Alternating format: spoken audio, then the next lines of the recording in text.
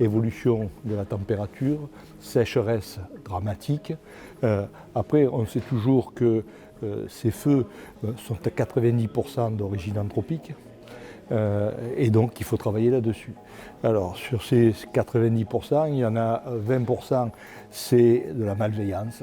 Donc là, on les aura toujours. Et puis le reste, c'est de l'accident. Alors, comment faire en sorte que ces accidents arrivent de moins en moins? Donc pour ça, on s'est aperçu qu'il fallait informer la population au maximum et les élus, entre autres, parce qu'on a encore des élus qui n'ont pas la conscience du feu. Et donc ça veut dire qu'il faut prévoir l'organisation, et cette organisation, elle doit se faire aussi bien au niveau interministériel, de façon à ce qu'on n'ait plus l'opposition entre le code forestier et le code de l'environnement, mais elle doit se faire aussi sur tous les documents d'urbanisme, sur tous les documents de gestion de la forêt, parce que tout peut contribuer à faire en sorte qu'on évite des feux.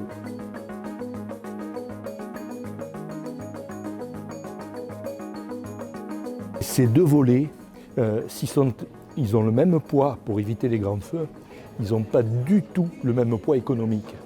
Aujourd'hui, 1 euro investi pour protéger la forêt permet d'éviter 20 à 25 euros quand il faut la défendre contre le feu. Et donc une grosse partie de notre texte a été justement de travailler sur la partie de préparation, de prévention, qu'aujourd'hui on oublie souvent.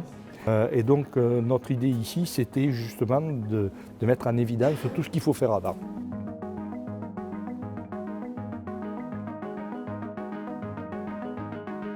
Une partie sur les OLD, les obligations légales de débroussaillement, et une autre partie sur le rôle que peuvent jouer les agriculteurs dans la prévention contre les incendies.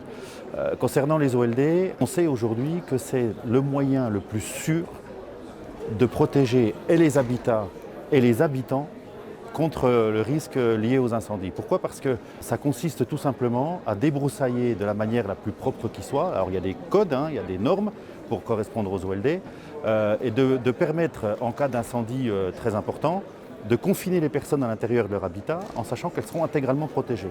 Or, on s'aperçoit que jusqu'alors, elles ne sont pratiquées qu'à hauteur de 30%.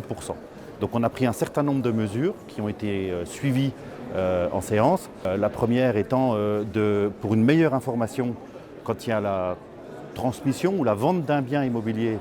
Obligatoirement, il est inscrit que ce bien est soumis aux OLD.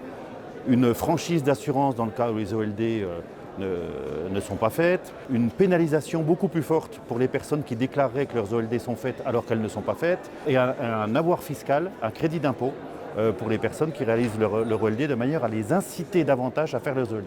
Et puis la deuxième chose, le deuxième point très important qu'on a défendu, c'est le rôle très important que peuvent avoir les agriculteurs dans la prévention contre les incendies. À la fois sur leurs pratiques agricoles, mais aussi sur le fait de créer des interfaces entre les cultures et les forêts, de manière que si vient se développer un feu de végétation au moment de la récolte, notamment des céréales, il ne puisse pas se développer au niveau des forêts.